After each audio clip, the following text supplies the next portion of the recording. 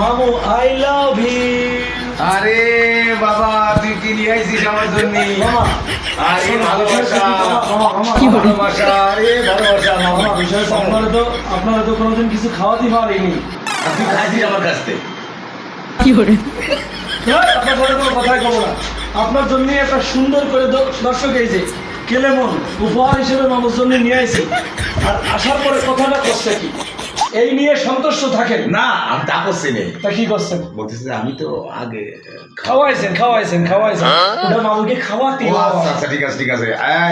আলহামদুলিল্লাহ দর্শক আমার একমাত্র দেখছেন কি সুন্দর করে একটা ঠান্ডা কিরকম নিয়ে আসি গরমে তো দেখা যাচ্ছে মামু এমনি বসে সিদ্ধ হয়ে যাচ্ছে।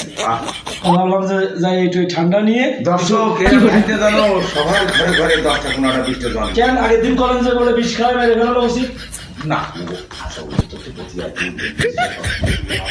নাটক একটু কুমাই করবে না একটু ক্ষতি হয় বাপ তুই ওরা বলিস কেন? শোন তা নেন গেলেন দাঁড়া তুই একটু খাওয়া লাগে একটু নে না আপনার ঘরে নিয়ে আসি না তুই না খেলে তো আমার ভালো লাগে না তো। আরে ওরে বাবা কি নাটক সিনেমা ফেল। আরে খা খা ওরা বসে পুরা বেশ কেন আমরা বিসমিল্লাহ কইছি। ও আল্লাহ ভরসা